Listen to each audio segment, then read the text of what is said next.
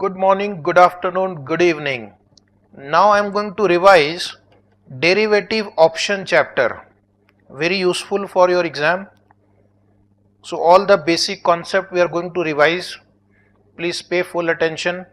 What is a call option? A call option provides the holder the right to buy a specified asset at a specified price on or before a specified date. So it is a right but not the obligation to buy. What is a put option? A put option provides the holder a right to sell specified asset at a specified price on or before a specified date. So a put option is basically bought. It gives you a right to sell but not the obligation to sell. Expectation of various parties in the option market. Now understand what is the expectation of a party who buys a call option, who sells a call option, who buys a put option and who sells a put option. So that's very important for understanding this option chapter. Long put call means person is buying a call option. When will you buy a call option? When you expect the price to increase. So you are betting on the upside movement. Buyer of a call is expecting price to go up. Long put. Long put means person is buying the put option. What is the expectation of the person buying a put option? They are expecting that price will decrease. So they are betting on the downside movement. Short call means person is selling a call option. And what he is expecting? He is expecting that the price will decrease. So if the price will decrease, the option would lapse and he will enjoy the premium. Short put. Person is selling a put option. They expect price to increase. So what happens if the price will increase? The put option would lapse and premium received becomes their income. Next concept is in the money, out of money, at the money, option for call. So now we are discussing call option. When is a call in the money? A call option is in the money when the market price is more than strike price. When is a call option out of money? When the market price is less than the strike price.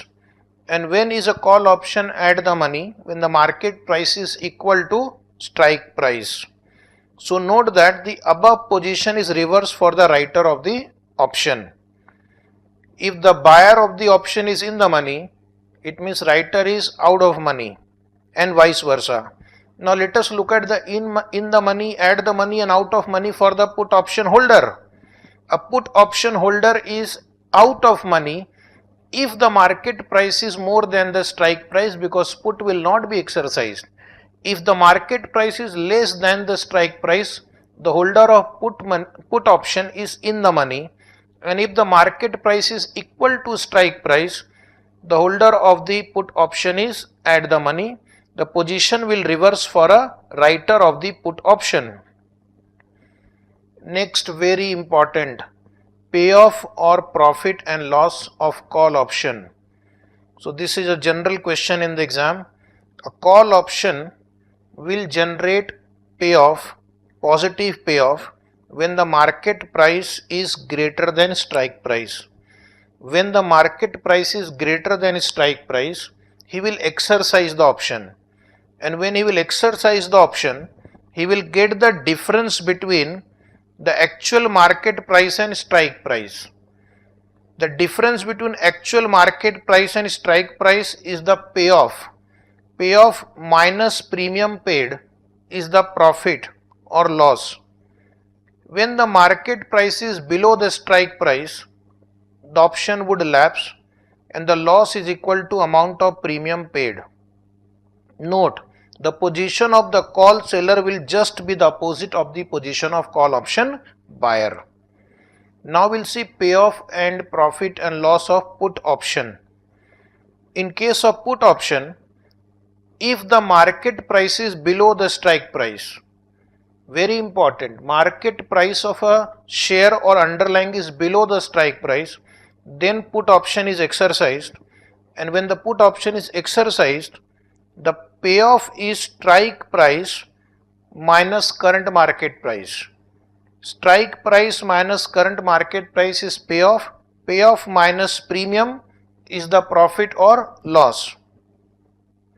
In case when the market price is greater than or equal to, also you can say, market price is greater than or equal to strike price, put option will lapse, put option will not be exercised, and the loss will be equal to amount of premium paid. Maximum profit and maximum loss in case of call option buyer and call option seller. So if you are a call option buyer, the maximum profit is unlimited. Unlimited means very high. And if you are a call seller, the maximum profit is the amount of premium received. What is the maximum loss of a call buyer? The maximum loss of a call option buyer is the amount of premium paid. What is the maximum loss of a call option writer? Is very high, unlimited, theoretically unlimited, practically very high. Now we'll see the maximum profit and maximum loss in case of put. If you are a put option holder, the maximum profit is equal to strike price minus premium paid. You can quantify strike price minus premium paid. If the share price becomes 0, your payoff will be equal to strike price and minus premium paid. Maximum loss of a put buyer will be premium paid.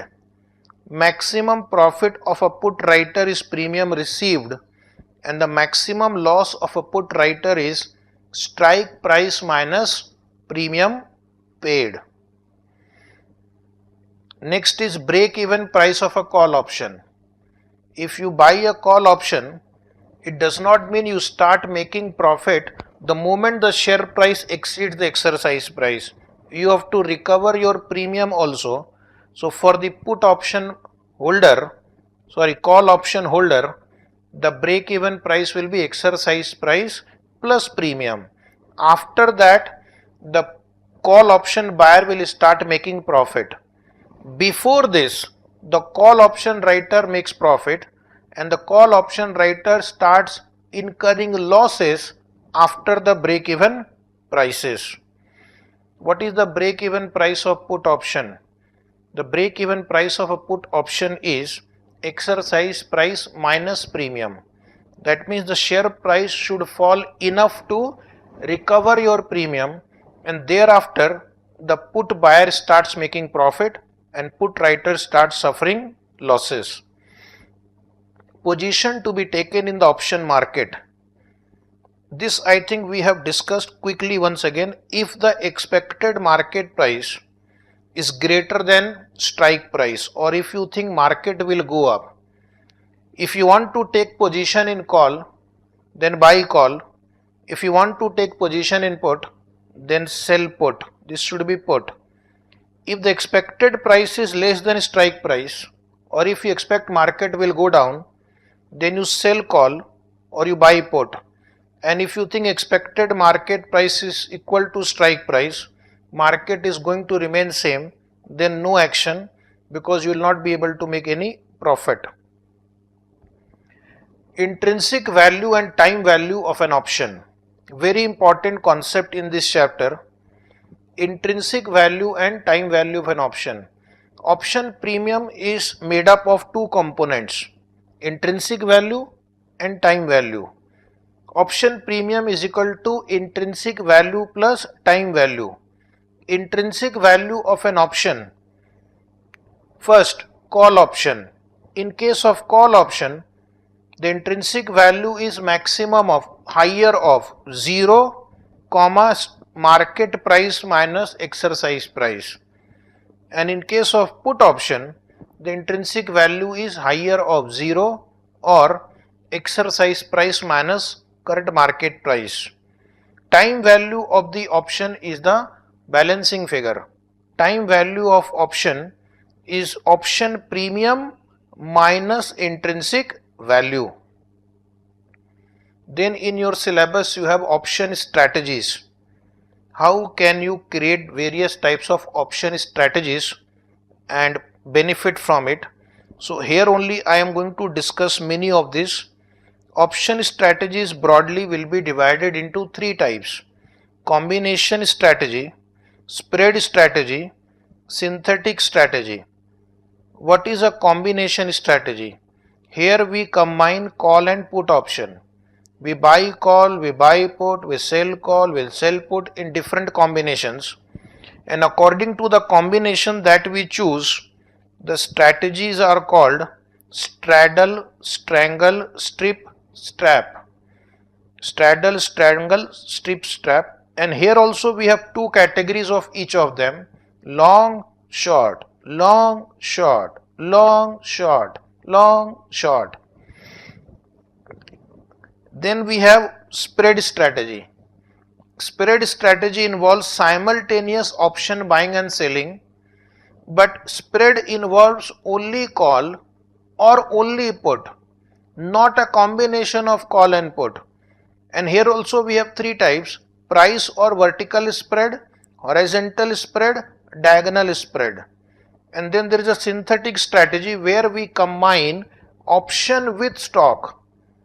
So it can be a protective put, put plus share, protective call, call and share. So now we'll briefly discuss these strategies. Straddle strategy can be created in two ways: long, short. If you are creating a long straddle, it means you are buying a call and buying a put, buying a call plus buying a put on the same stock, same expiry date, same strike price, same stock, same expiry date, same strike price. You are buying a call and you are buying a put because you expect that the market will be very volatile. It can go up or it can go down. And then there is a short straddle, opposite of long straddle, where you think market will be non-volatile. You sell a call and you sell a put with the same strike price and same expiry date. If they ask you to calculate the break-even point of straddle, there will be two break-even points: lower break-even point and higher break-even point. Lower break-even point will be strike price minus total premium. Upper break-even point will be strike price plus total premium. If the question is silent, you solve by assuming long straddle. But if you have time in the exam, you solve by short straddle also. Next option strategy is called strangle. Strangle can be of two types: long strangle, short strangle. Sir, how do we create long strangle? A long strangle can be created by buying a call and buying a put on the same stock, same expiry date, but different strike price. And the strike price of put option is lower than the strike price of the call option. The strike price of put option is lower than the strike price of call option. Second way to create a strangle is short strangle. So long strangle is for those who believe that market will be very volatile, then go for this long strangle.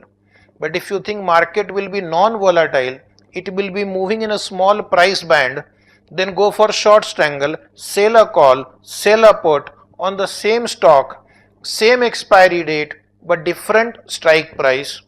The strike price of put option will be lower than the strike price of call option. What about the break-even point for strangle position? There will be two break-even points: upper break-even point, which is equal to strike price of long call plus net premium, or you can say higher strike price. There will be two strike price: higher strike price or strike price of call option plus net premium. And in case of lower break-even point, you will say strike price for the put option minus net premium, because call will generate profit when the price go up, Put will generate profit when the price falls. Another combination strategy is called strip. A strip involves buying one call and buying two puts. Buying one call and buying two puts. Same stock, same exercise price, same expiry date. So why would you enter into a strip strategy?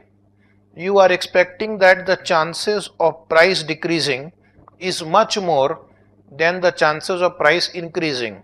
Here also we can have long strip, short strip. In long strip you buy one call, you buy two puts. In short strip you sell one call and you sell two puts. Then we have strap. The definition printed in the book is for long strap, but the reverse of that becomes short strap. In strap strategy, we are expecting that prices will rise and prices can fall also, but the chance of price rising is very high, and therefore we will buy two call option and buy one put option. Same stock, same exercise price, same expiry date. So this definition is for long strap, and if we sell two call and sell one put, then it becomes short strap. We are expecting in case of long strap the chances of price moving up is very high compared to the price falling. So these were combination strategies: straddle, strangle, strip, strap. Spread strategy. In our syllabus we have to only deal with price or vertical spread.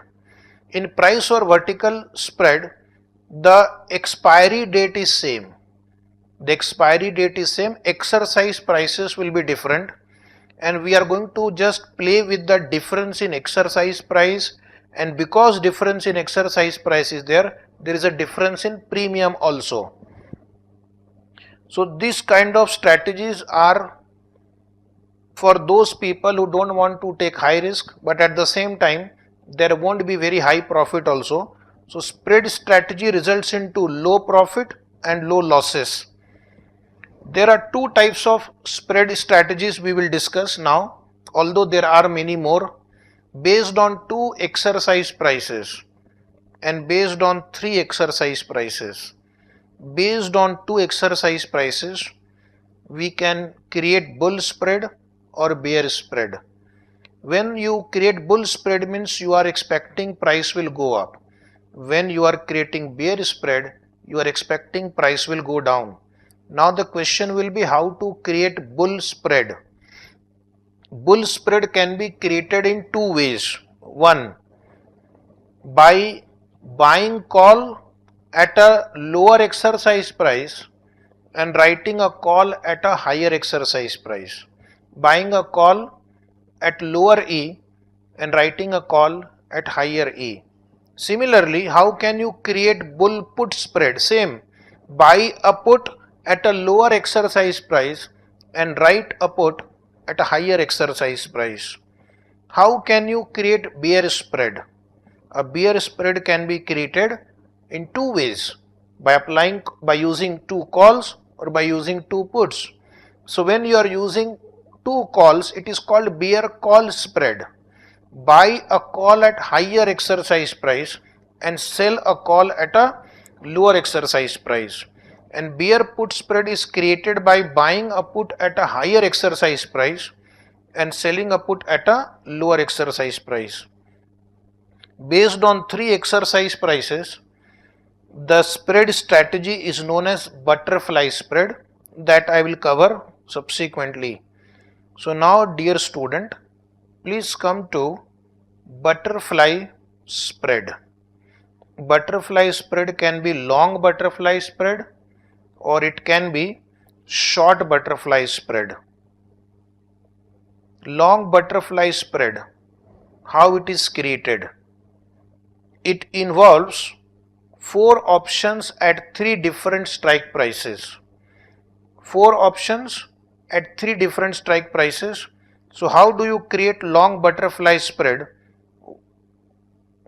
Buy a call option with a lower strike price. Buy another call option with higher strike price then sell 2 call option with strike rate in between higher strike price and lower strike price. So this needs some explanations. Suppose there are 3 exercise prices E1, E2, E3, and you have to create long butterfly. So you will, let us put some number also here, 100, 150, 200. So in case of long butterfly, you will buy one call or maybe put at the lowest exercise price, and you will buy one call at the highest exercise price, and you will write 2 calls at the middle strike price. So when you are buying at the 2 extreme exercise prices, it gets a name long butterfly, and when you sell at the 2 extreme prices, you call it short butterfly. Okay.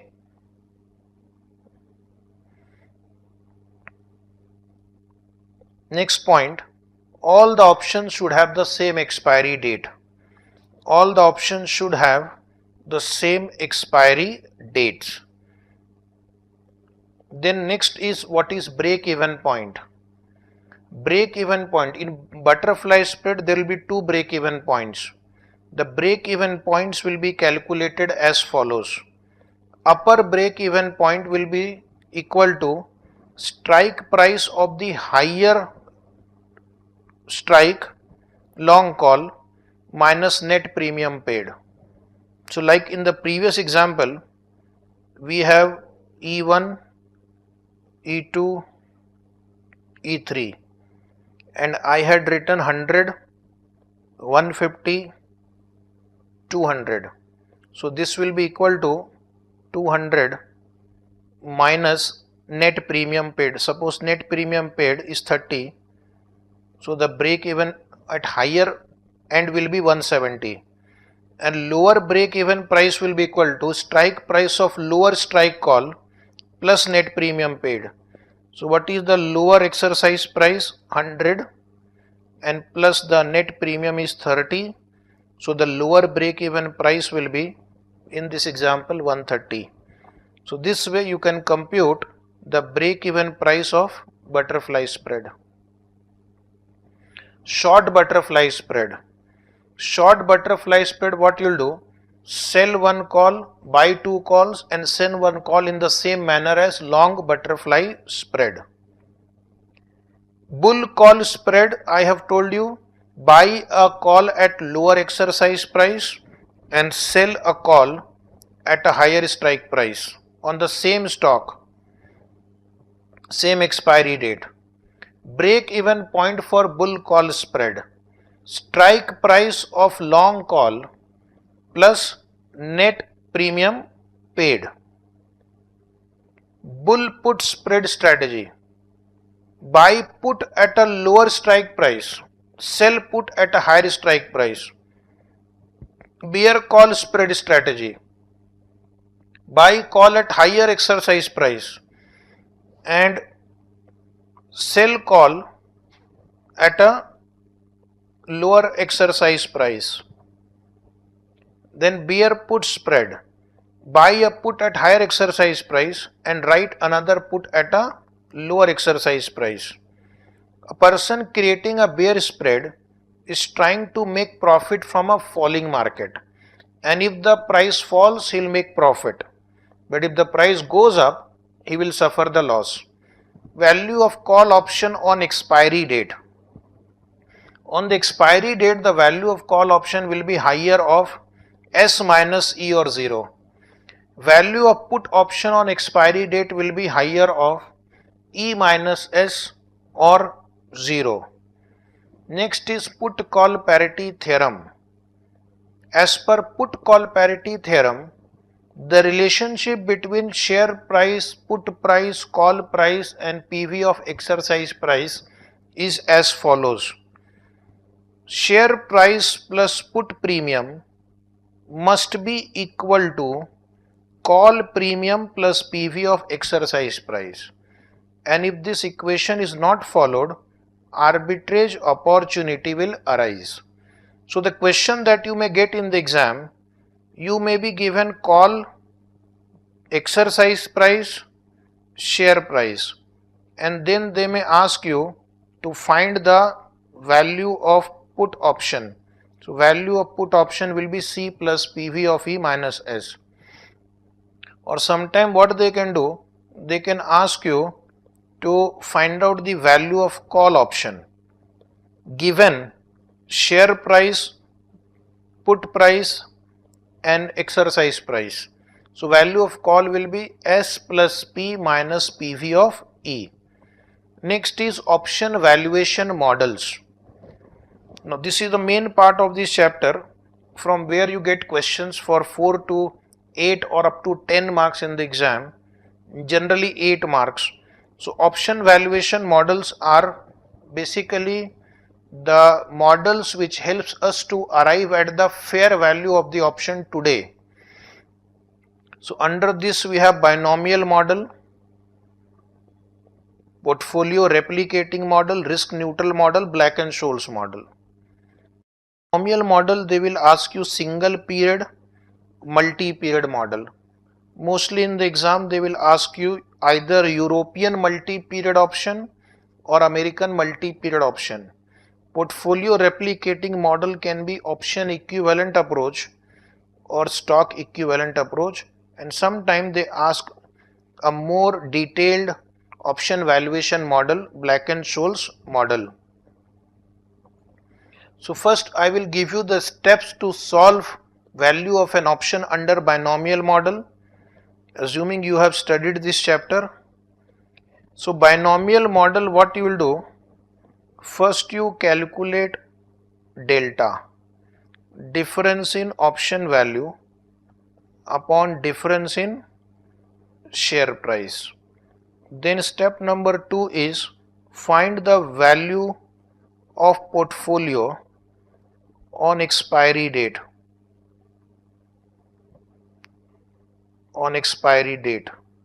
Then step number 3 will be calculate the present value of portfolio, and then step number 4 will be you will solve this equation and find the value of call. So present value of portfolio equal to delta into share price today minus value of call, and then you will solve this equation and find the value of this call option. So this is binomial model, right? C1, C2 I have told you is the value of call option when share price is S1 or S2. Next is risk neutral model. Why it is called risk neutral model? Investor is assumed to be risk neutral. He is happy with a risk free return irrespective of the risk involved.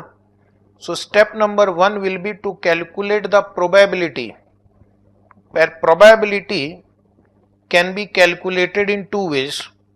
One method is to solve this equation. If you are a person good with solving equation, expected return is equal to probability of price increase into percentage increase in price plus 1 minus probability of price decrease into percentage decrease in price, and that should be equated with risk free rate. Then you compute the value of call. Value of call is the PV of expected value of call. Value of call is the PV of expected value of call. And how do you get expected value of call? The expected value of call is based on the probability into option value on expiry. So actually first you should find expected value of the call and then multiply by the present value factor. You will get the present value of the expected value. portfolio replicating model. Under portfolio replicating model, case 1 will discuss stock equivalent approach. Why it is called portfolio replicating model? This is one portfolio consisting of stock, one share, and we are going to create another portfolio which will consist of call plus some risk-free asset, and they will generate the same payoff on expiry date. If their future values are same, their present values are also same, and then by solving this equation you will find the value of call option. So that is why it is called stock equivalent approach. We are replicating the payoff of call and risk-free asset and making it equal to that of the stock. In case of stock equivalent approach, there are two situations possible. Situation 1 is option finishing only in the money. If the option is finishing only in the money, then it means both the prices on expiry date are above the exercise price. Both the prices on expiry date are above the exercise price, and the value of the call option is share price minus PV of exercise price. So S0 is current market price, C0 is the value of call today, and this is PV of exercise price. This formula was derived in the classroom, but right now because we are just revising, will not go into the further details. Situation 2 is option finishing out of money. It means one price is above exercise price and one price is below the exercise price. So first you will calculate step 1 PV of lower stock price, not PV of exercise price, PV of lower stock price. Step 2 will be number of calls. Number of call option will be equal to difference in share price upon difference in option value. First you perform these two steps, and after performing these two steps, then you solve this equation. Stock price today is PV of lower stock price, which is as per step 1, plus number of calls bought as per step 2 into C0. And what is missing in this equation which you have to find is the value of call. So that will give you the value of call option today. Now next is option equivalent approach. Why it is called option equivalent approach? So first I'll just briefly explain you that. Here portfolio number 1 is call option, and the payoff of this portfolio will be replicated by buying delta number of shares plus certain amount of borrowing. The payoff of this portfolio is equated with payoff of this. If their future values are same, their present value will also be same. So step number 1 in option equivalent approach is we have to find delta. Same formula, delta is C1 minus C2 upon S1 minus S2. Then we will calculate the present value of borrowing. Present value of borrowing will be equal to N into delta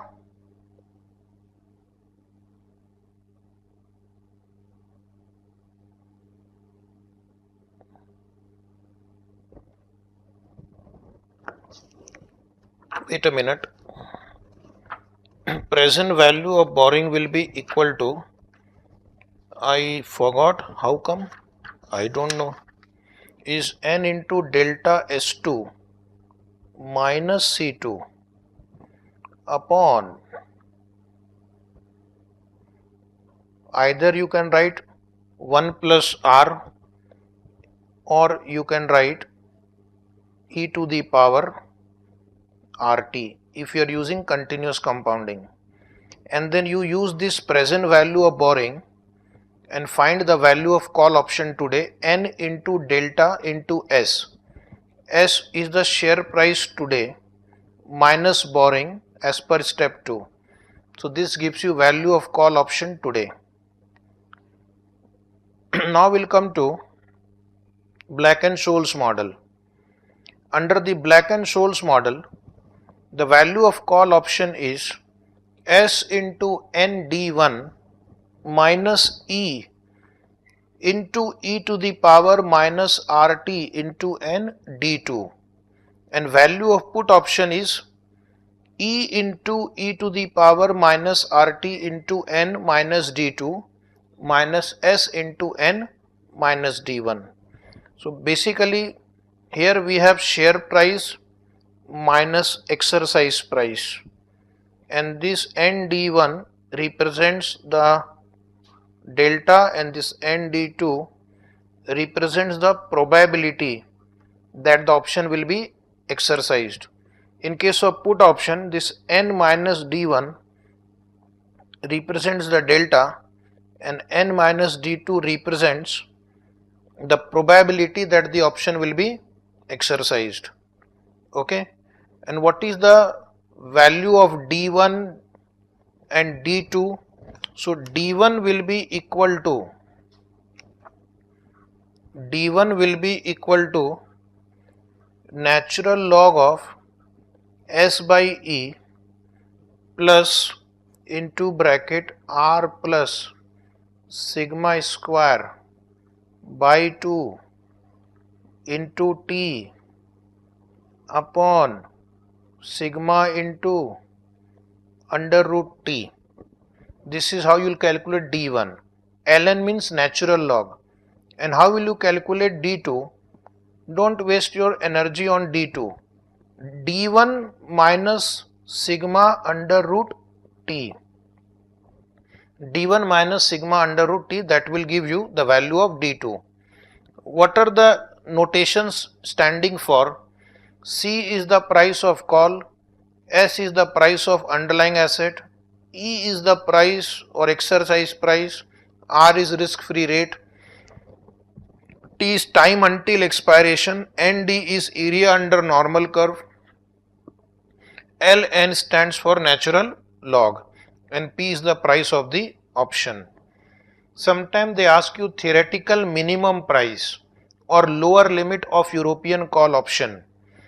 So theoretical minimum price or lower limit of European call option is share price minus E into e to the power minus RT, and E into e to the power minus RT is the present value of exercise price. Similarly, theoretical minimum price of put option or lower limit is E into e to the power minus RT minus S, that is PV of exercise price minus share price. So what we have done from the Black and Scholes model, we have removed ND1 and ND2, assuming that the value of ND1 and ND2 are equal to 1. So this is about this revision of derivative options. Thank you very much. All the best.